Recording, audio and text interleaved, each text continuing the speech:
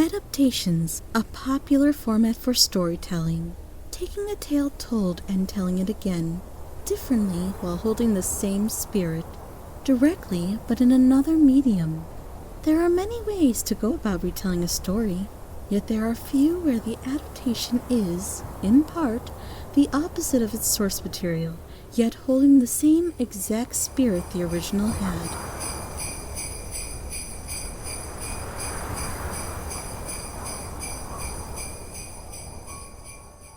Of course I had to pick A Christmas Carol for a Christmas-themed audio magic episode.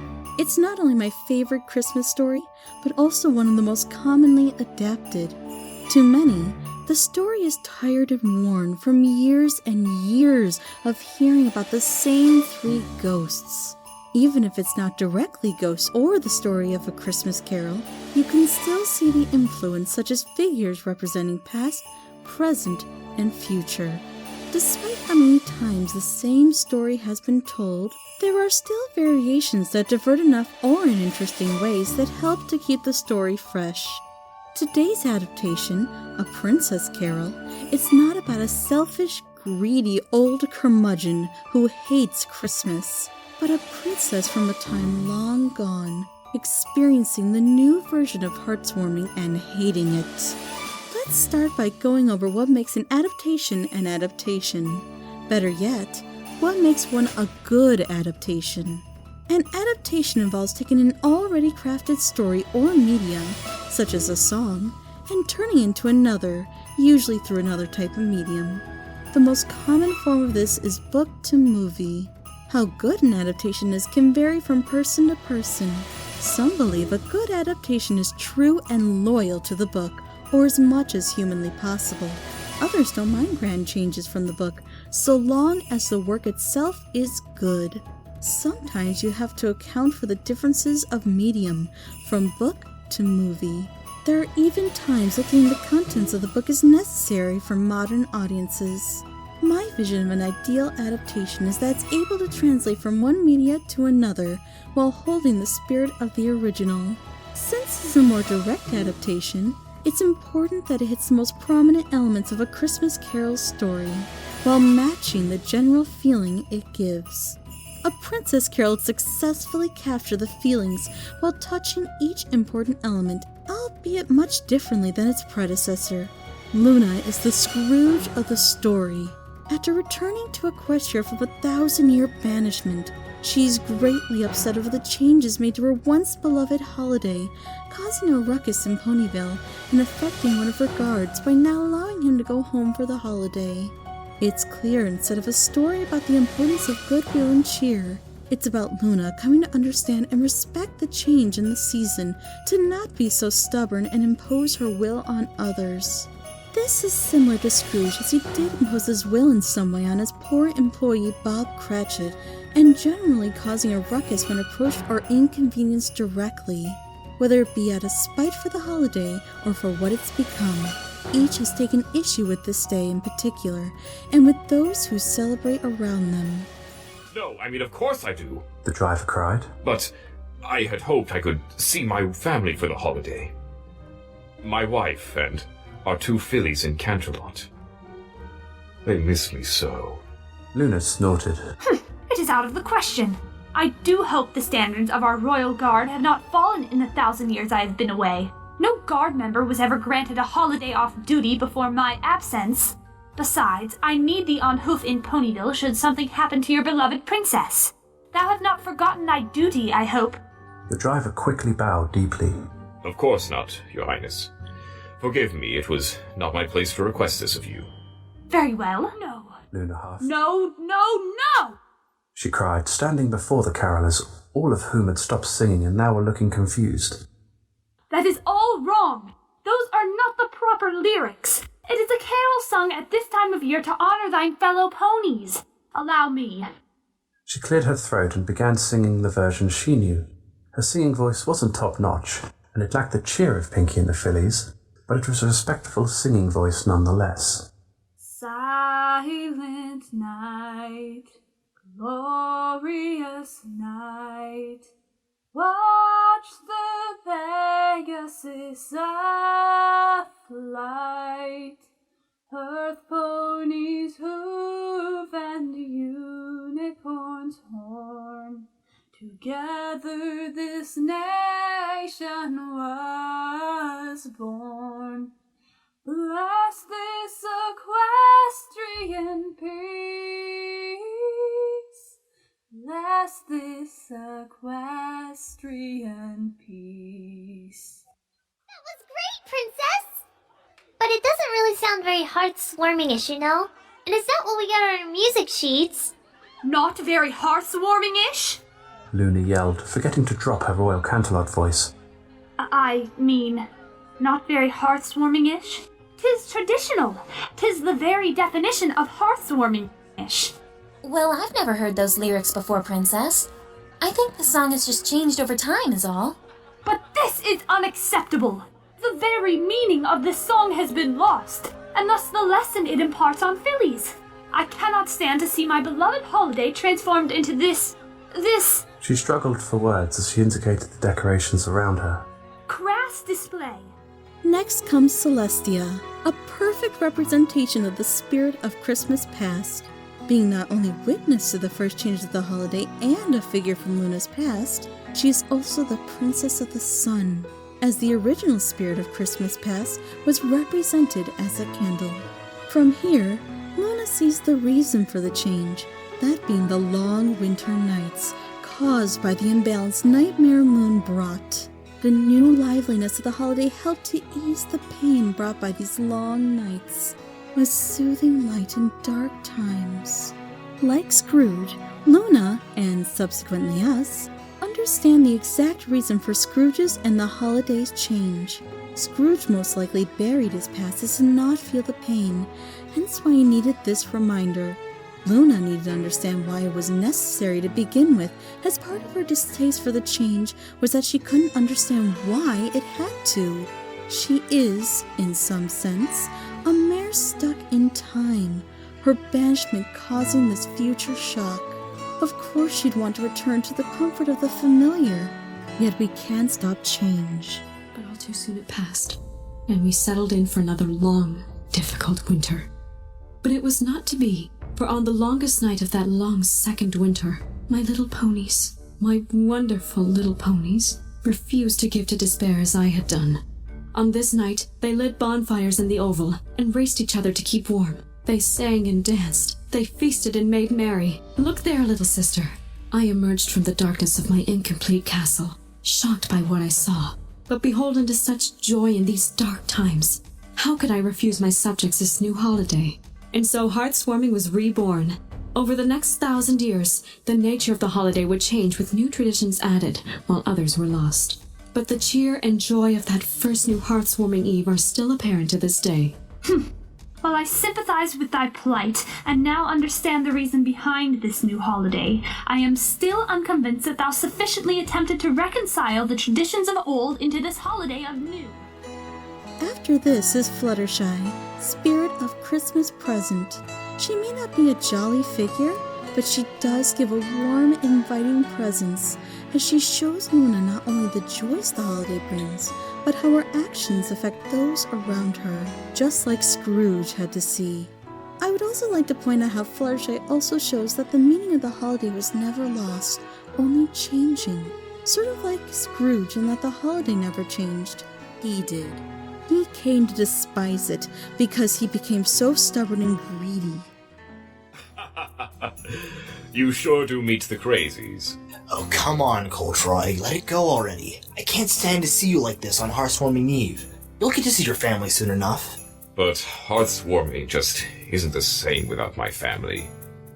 All I want... Oh, civilians. Keaton whispered urgently as he and Coltroy suddenly stiffened and frowned darkly, taking on a stoic appearance while a group of ponies approached. The ponies chatted idly and cheerfully, eyeing the guards with a small degree of nervousness as they passed by. Fluttershy pushed some clouds over the hole to cover it up before any ponies spotted her or Luna. Oh dear, look how sad he was.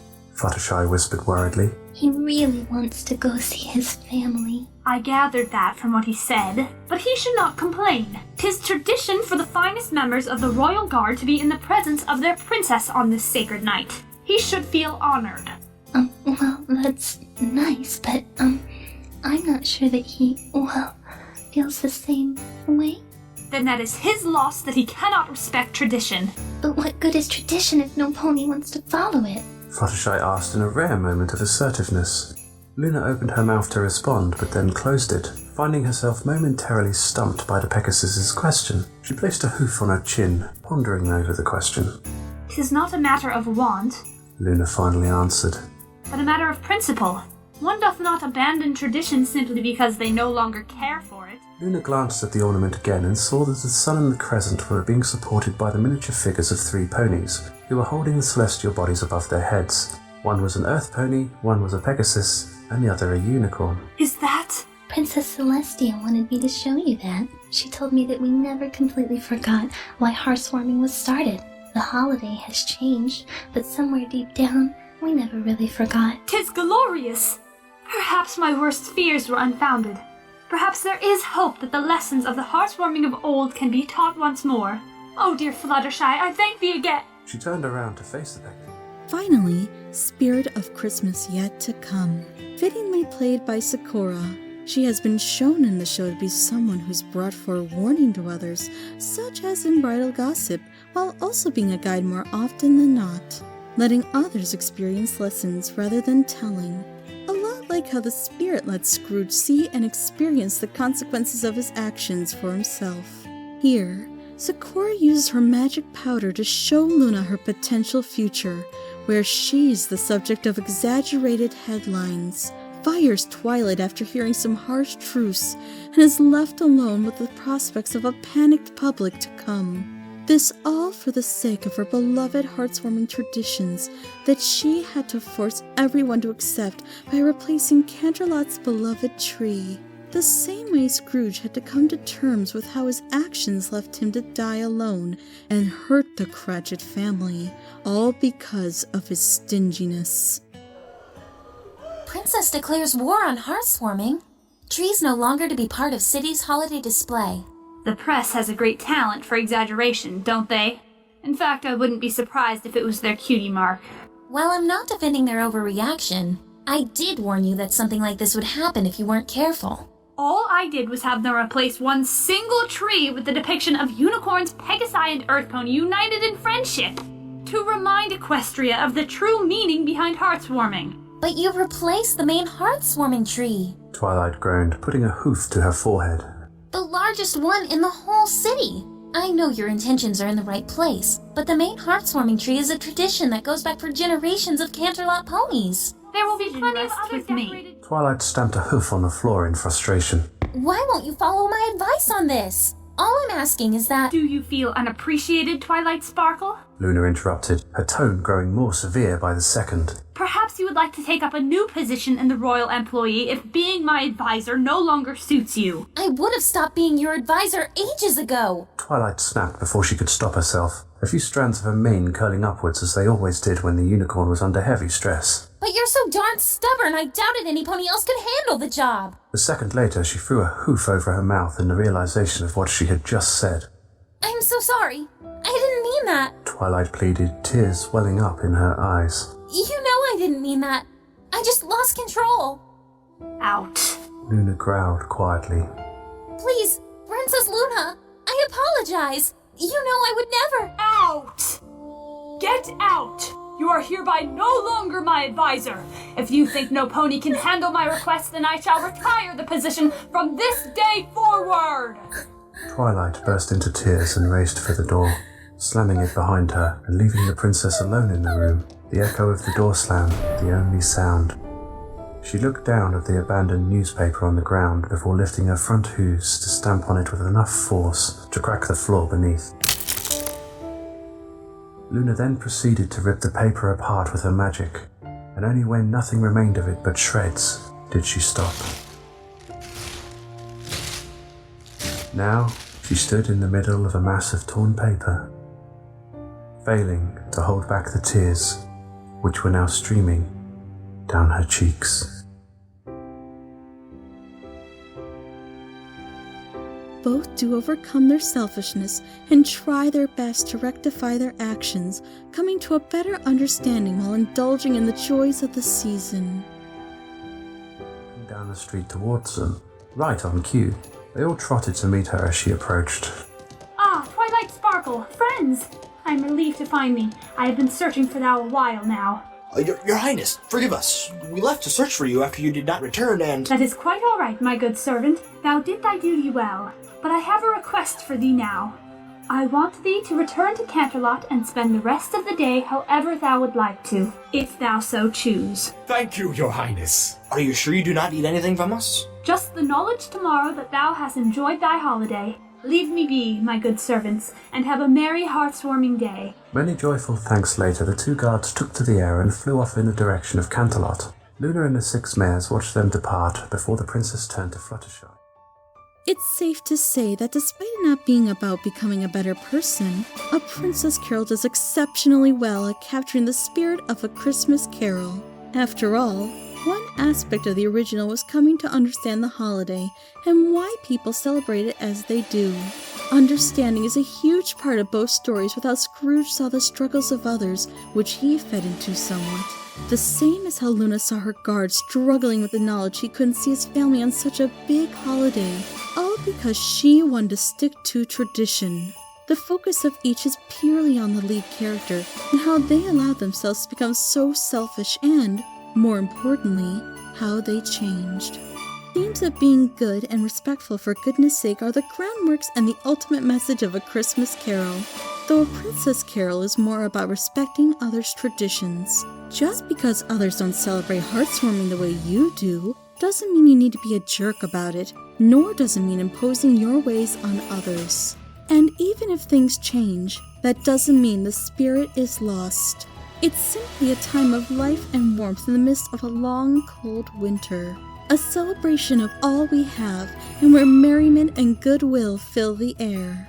So happy holidays to you all, to those who celebrate any holiday around this time, to those who just want to get together with loved ones, holiday or not, or who want to sit by the fire wrapped up and cozy with a hot cup of cocoa. I hope it's a good one. And don't forget to check out A Princess Carol if you have some free time. It's a good audio production and adaptation. Song. Joy to the world, our name has spread. Let us embrace our love. Let every heart always be friends. And our friendship shine above. And let our friendship shine above. And our friendship shine above. Hello there. This is the creator of Audio Magic, Pretty Pegasus Wings, and I wanted to come in and ask you a question this time around instead of just leaving links to other Audio Magic episodes for those who may be interested. Down below, you'll find a link to a Google Doc poll. I wanted to inquire on what audio dramas you'd like to see me cover. Audio Magic is kind of limited in the sense that I'm trying to find things about dramas in particular, like themes or characters to talk about. And there aren't a lot of dramas I can really do that with this kind of format. But I know there are dramas that people would probably love me to touch on, and I'm kind of curious to see which ones you're interested in me talking about. And believe me, there's so many I want to talk about. I got a whole list, varying from good to even some not so good. But I wanted to cover spectrum because mostly the series is meant to help kind of get people thinking about writing and creating and how to put it all together when it comes to their favorite dramas and kind of like how it all works. And that also means sometimes covering the not so good stuff. But mostly I've just been wanting to focus on the positive stuff. But if you like to see tackle some more not so good stuff, I'd really like to know what you want to see. Even go beyond MLP and look at some other stuff, because there's some great stuff out there that's not just in the MLP fandom. So if you have a few minutes or you're just curious, why don't you just check out the link below? It really helped me out, and I'd love to hear some feedback. And I hope you enjoyed the video and look forward to future Audio Magic episodes.